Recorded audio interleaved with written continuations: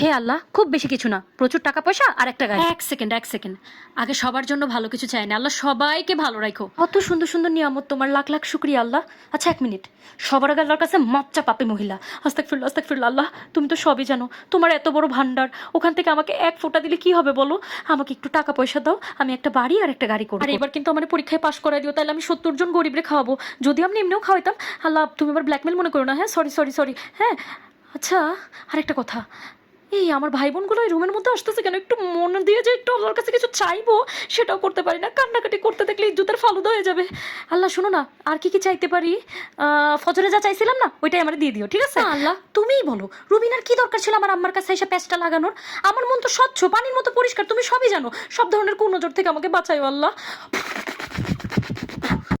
আল্লাহ তাআলা, তুমি উসমানকে আমার জীবন সঙ্গী করে দাও প্লিজ। বাস এভাবেই যেন আমরা একজন আরেকজনের সাথে সারা জীবন পাশাপাশি থাকতে পারি। কি করবো আল্লাহ, ও সব সময় আমার অপমান করে, জায়গায় বেজায়গায় বেজ্জতি করে।